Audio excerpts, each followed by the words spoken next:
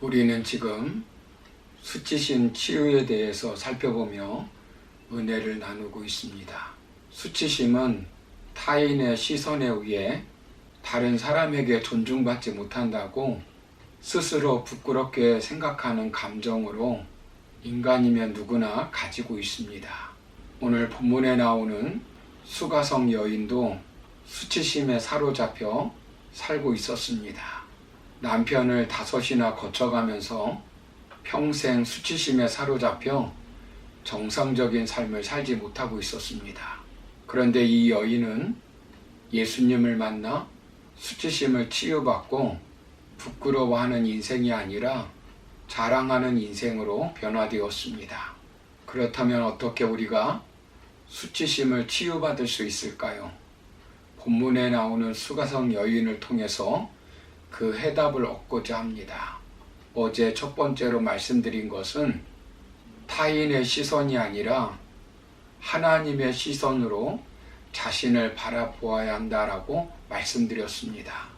오늘 두 번째로 살펴볼 것은 고립과 숨김에서 예수님께 나와 수치심을 털어놓고 치유받아야 합니다.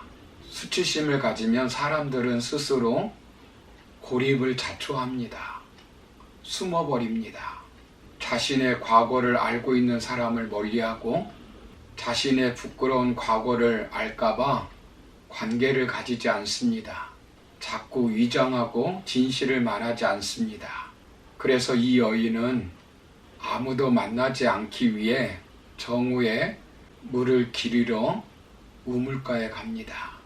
그때 예수님을 만났는데 자신을 상대해주는 예수님을 이상한 눈으로 바라봅니다. 그런데 예수님은 그녀와 대화를 하면서 자신의 수치심을 예수님께 털어놓게 만듭니다. 그리고 예수님을 만난 후 어떻게 변하였습니까? 28절, 29절을 보시면 자기를 수치스럽게 보고 있는 동네에 들어갑니다. 그리고 자신이 만난 예수님을 자랑합니다. 수치심의 노예가 된 사람은 자신에게 수치심을 준 사람에게 분노하게 되고 그들과 상종도 하지 않습니다. 이것은 파괴적으로 수치심을 해결하는 방법입니다. 수치심이 있는 사람들은 가능한 한 숨기려고 합니다.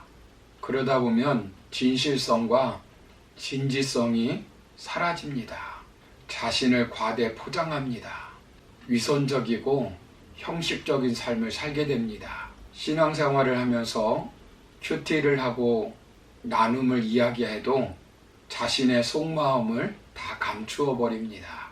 진실성이 없는 말, 형식적인 말만 하는 것입니다. 그러면 그것이 올무가 되어 평생 수치심의 그늘에서 벗어나지 못하고 살아갑니다. 신앙생활을 해도 그 문제에서 자유함을 얻지 못하고 살아갑니다. 수치심은 숨기려 한다고 해서 숨겨지는 것이 아닙니다. 숨기려고 하면 할수록 더욱 그것이 자신을 괴롭히고 밝고 건강한 삶을 살지 못하게 만듭니다. 우울하게 만들고 침체되게 만들고 매사 소극적이고 부정적인 사람이 되게 만듭니다. 이 여인은 어떻게 지금까지 자신을 올가매고 있는 수치심에서 해방되었습니까? 이 여인은 예수님을 만나 자신의 죄를 고백하였습니다. 자신의 수치스러운 부분을 예수님께 솔직하게 털어놓았습니다. 저는 남편이 없습니다. 저는 5번이나 결혼한 여자로서 실패한 인생입니다. 지금 살고 있는 남편도 제 남편이 아닙니다. 저는 상처투성이입니다. 저는 죄인입니다. 저는 저의 힘으로 어쩔 수 없는 사람입니다. 수치심은 자신의 죄의 결과로 생길 수 있습니다. 아담과 하와처럼 자꾸 숨는다고 그 문제가 해결되는 것이 아닙니다. 하나님께서 무화과 나무 잎으로 옷을 만들어 입고 수치심을 가리고 있는 그들에게 찾아가셨습니다. 그 옷은 시간이 지나면 마르고 다 헤어져 다시 수치심이 드러나게 됩니다.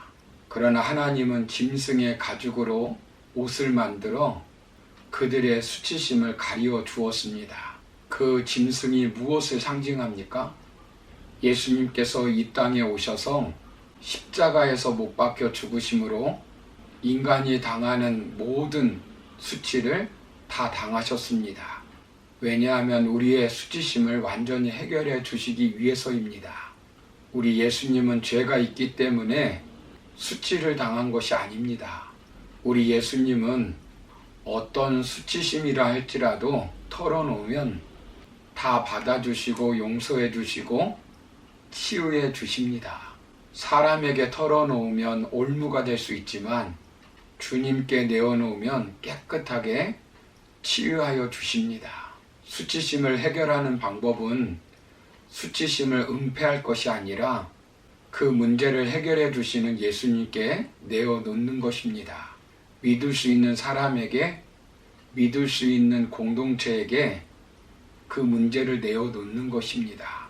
남 탓을 하며 돌리는 것이 아니라 자신의 수치심을 가지고 주님께 나와 부끄러운 자신을 있는 그대로 드러내는 것입니다. 어떤 수치심도 주님 앞에 내어놓지 못할 것이 없습니다.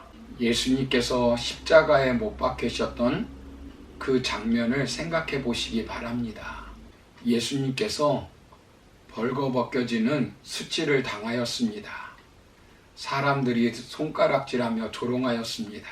하나님의 아들이라고 하면서 자신도 구원하지 못하는 사람이 다른 사람을 구원할 수 있겠냐고 손가락질하며 조롱하였습니다.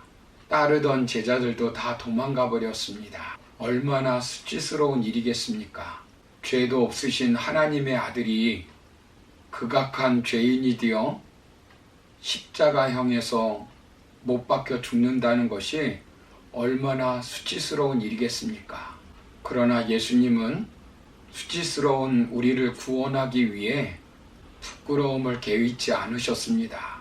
평생 수치심의 노예로 산 이 여인은 예수님이 자신의 수치스러움을 해결해 주실 분으로 믿은 것입니다.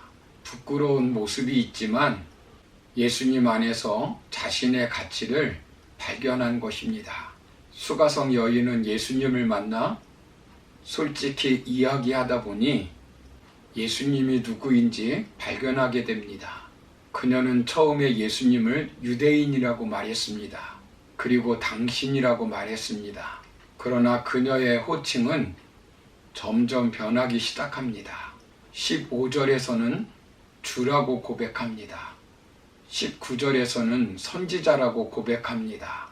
29절에는 그리스도라고 고백합니다. 사람이 안다는 것과 고백한다는 것은 다른 것입니다. 사랑하는 것과 고백하는 것도 다릅니다.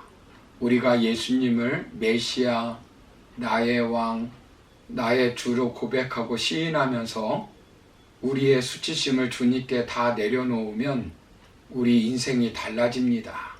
보이는 세계가 달라집니다. 사랑하는 성도 여러분, 수치심보다 크신 예수님이 내 마음을 지배하면 인생의 수치심은 문제가 되지 않습니다. 주님께서 우리를 위해 당하신 수치를 비교하면 우리가 당한 수치는 아무것도 아닙니다. 나만 그런 수치를 당하고 있다고 생각하지 말고 하나님의 시각으로 자신의 수치를 바라보시기 바랍니다. 수치심도 주님이 우리를 부르는 도구입니다. 성경에 나오는 많은 사람들도 수치심을 주님께 내어놓고 죄는 용서받고 수치심은 치유받고 잘 살고 있습니다. 예수님이 체포될 때 무리들에게 붙잡혀 옷을 벗어 던지고 알몸으로 돌아간 마가였지만 그는 수치심을 해결하기 위해 십자가에서 모든 수치를 감당하고 부활하신 예수님을 만나 새로운 인생이 되었습니다. 예수님을 모른다고 부인하고 저주까지 한 수치스러운 경험을 가진 베드로도 예수님을 만나 그 수치스러움을 해결받고 사람을 낚는 어부로 쓰임받았습니다. 그러므로 우리도 수치심 때문에 숨는 자가 아니라 예수님께 나와 그 수치심을 고백하고 치유받아 하나님이 주신 사명 감당하며 살아가는 저와 여러분의 삶이 되기를 주님의 이름으로 축원합니다. 감사합니다.